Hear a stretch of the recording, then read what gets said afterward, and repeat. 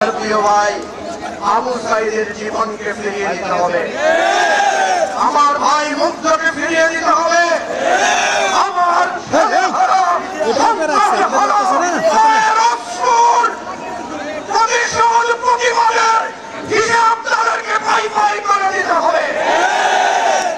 আমাদের স্পষ্ট কথা, অন্তর্বর্তীকালীন সরকারকে স্পষ্ট করে বলছি, আগামী 48 ঘন্টার মধ্যে সর্বদলীয় সভা ডাকুন। আওয়ামী লীগকে রাজনৈতিকভাবে, সাংস্কৃতিকভাবে, সামাজিকভাবে, সর্বাত্মকভাবে আওয়ামী লীগের রাজনীতি বাংলাদেশে নিষিদ্ধ ঘোষণা করতে হবে।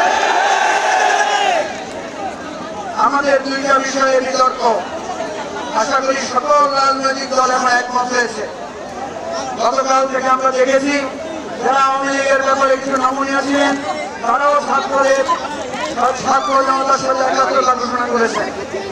এখন আওয়ামী লীগকে কি নির্বাহী আদেশে নিষিদ্ধ হবে, আইনগতভাবে হবে? আমাদের দাবি হচ্ছে আওয়ামী লীগের প্রত্যেকটা অপরাধের বিচার করতে হবে।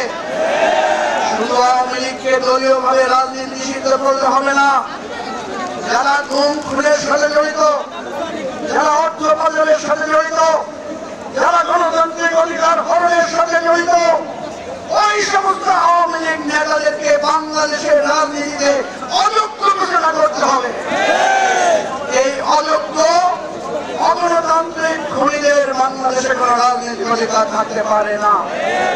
আমরা আমাদের সম্মতি জানিয়ে গেলাম, সরকারকে দাবি জানালাম, প্রয়োজনে আইসিটি অ্যাক্ট যে আইন করা হয়েছে সেখানে দলীয় রাজনীতি নিষিদ্ধ করার বিধান, যারা গুম করবে, খুন করবে, লুটপাট করবে, গণতন্ত্র ধ্বংস করবে তাদেরকেও দলীয়ভাবে বিচারের বিধান যুক্ত করার আমি এখান থেকে জোর দাবি জানাচ্ছি।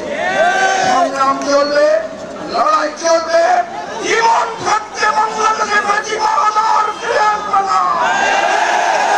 রক্ত আমরা দিয়েছি, জীবন আমরা দিয়েছি, আমরা জীবন রক্তের উপর দাঁড়িয়ে ফেসবাদ ফিরে আসবে, তার আগে ফাটতে পারবে না।